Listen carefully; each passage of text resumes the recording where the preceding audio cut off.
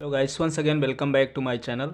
आज के इस वीडियो में पढ़ने वाले हैं एक्सरसाइज 5.3 का क्वेश्चन नंबर 4, जो कि न्यू एडिशन की बुक का दिया हुआ है। क्वेश्चन नंबर 4 दिया हुआ है कि 636 योग प्राप्त करने के लिए श्रेणी 9, 17, 25 के कितने पद लेने चाहिए।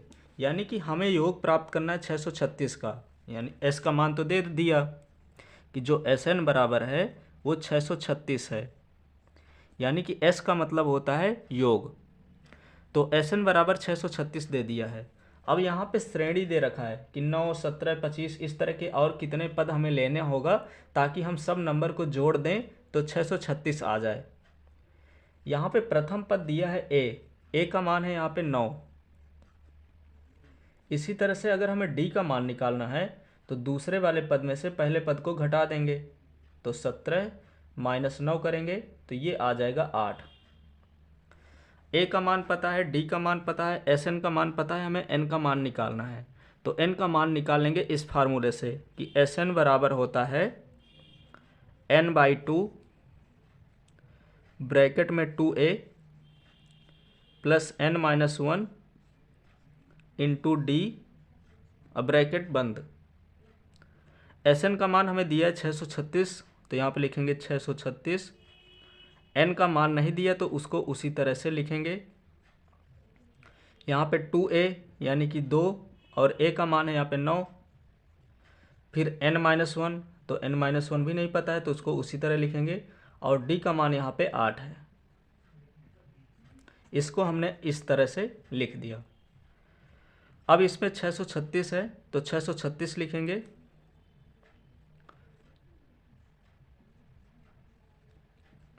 n/2 है, 9 दूनी 18 हो गया। यहाँ पे 8 का मल्टीप्लाई n के साथ कराएंगे तो ये 8n हो जाएगा। 8 का मल्टीप्लाई 1 के साथ भी कराना होगा तो 8 × 1 = 8। अब इसके बाद 636 है तो इसको यहाँ पे लिखेंगे। यहाँ पे 18 में से 8 को जब सब्ट्रैक्ट करेंगे तो बचेगा यहाँ पे 10 + 8n।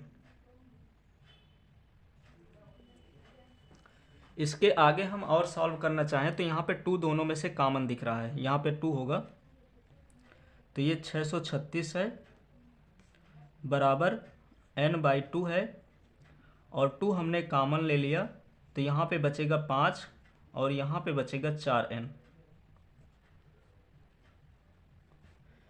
अब इससे क्या करेंगे कि 2 से 2 यहाँ पे काट देंगे तो इधर बचा 636 इक्वल n जो बाहर दिया है तो n का मल्टीप्लाई 5 के साथ होगा तो ये 5n हो जाएगा, और इसी n का मल्टीप्लाई 4n के साथ होगा तो यहाँ पे हो जाएगा 4n²। तो इसको हम ऐसे भी लिख सकते हैं कि 4n² प्लस का 5n, और ये भी जब इधर आएगा तो माइनस का 636 हो जाएगा, और इक्वल में बचेगा यहाँ पे 0। अब इसके बाद हमें द्विघात समीकरण के रूप में इसको तोड़ लेना है, और द्विघात समीकरण में तोड़ने के बाद इसको निकालना है। तो द्विघात समीकरण में तोड़ने के लिए क्या करते हैं कि जो n² का गुणांक है अचर पद के साथ मल्टीप्लाई करा देते हैं, यानी कि 636 है इंटू 4 करा देंगे।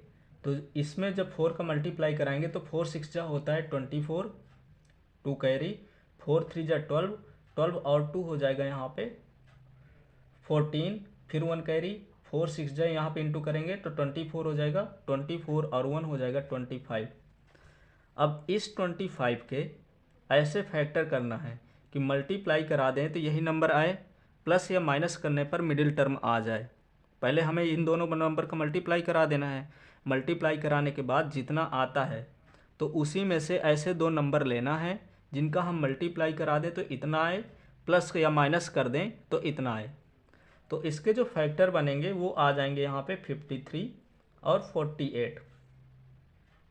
यानी इन दोनों नंबर का अगर हम मल्टीप्लाई करा देते हैं तो यहाँ पे 2544 आ जाएगा, और इनको अगर सब्ट्रैक्ट कर देते हैं तो यहाँ पे मिडिल टर्म भी आ जाएगा। तो इसको हम ऐसे लिख सकते हैं कि 4n² प्लस का 53n माइनस का 48n, क्योंकि दोनों को सब्ट्रैक्ट करना होगा तभी मिडिल टर्म आएगा, और माइनस का 636 है तो उसको एज इट इज लिख देंगे। अब इसके बाद हमको कॉमन लेना है। इन दोनों में तो कुछ कॉमन नहीं है, सिर्फ n कॉमन है, तो n कॉमन लेंगे तो ये आ जाएगा 4n प्लस 53। अब इन दोनों में देखेंगे तो माइनस दोनों में से कॉमन है, माइनस के साथ साथ ये 12 की टेबल में दोनों कट जाएंगे तो हम 12 भी कॉमन लेंगे। तो जब -12 कॉमन लेंगे तो यहाँ पे बचेगा 4n और प्लस का 53। जब माइनस कॉमन होता है तो यहाँ पे साइन बदल जाएगा, यानी कि माइनस है तो प्लस आ जाएगा, और यहाँ पे 12 से डिवाइड करेंगे इसको तो 53 आएगा, यानी कि दोनों ब्रैकेट में सेम आना चाहिए। अब एक ब्रैकेट में हम प्लस का लेंगे तो 4n प्लस 53 हो जाएगा, और दूसरे ब्रैकेट में हम ले लेंगे n-12। इस तरह से हमने दूसरे ब्रैकेट में ले लिया। अब यहाँ से हम n का मान आसानी से निकाल सकते हैं।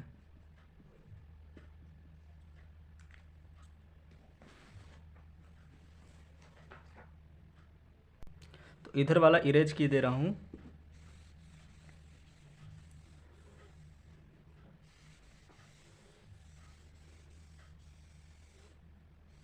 अब इसके बाद हमें क्या करना है, एक बार हमें 4n प्लस 53 इक्वल 0 लेना है। 4n प्लस 53 इक्वल 0, तो यहाँ पे 4n इक्वल हो जाएगा, प्लस का 53 है तो उधर जाएगा तो ये माइनस का 53 हो जाएगा।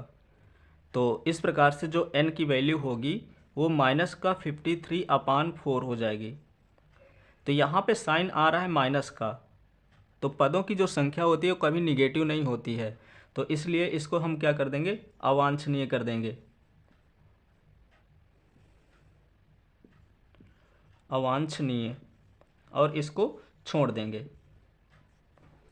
दूसरा वाला इसी तरह लेंगे कि n-12 इक्वल 0, तो जो n की वैल्यू हो जाएगी वो प्लस का 12 हो जाएगा। तो इस प्रकार से टोटल पदों की जो संख्या आ गई वो 12 है। तो इस श्रेणी में जो श्रेणी बढ़ रही है, तो यहाँ पे हम 12 पद तक ले लें तो उनका जो योग होगा वो 636 होगा। अतः पदों की संख्या इक्वल 12, और यही हमें फाइंड करना था। तो इस प्रकार से क्वेश्चन नंबर 4 यहाँ से कंप्लीट हो गया।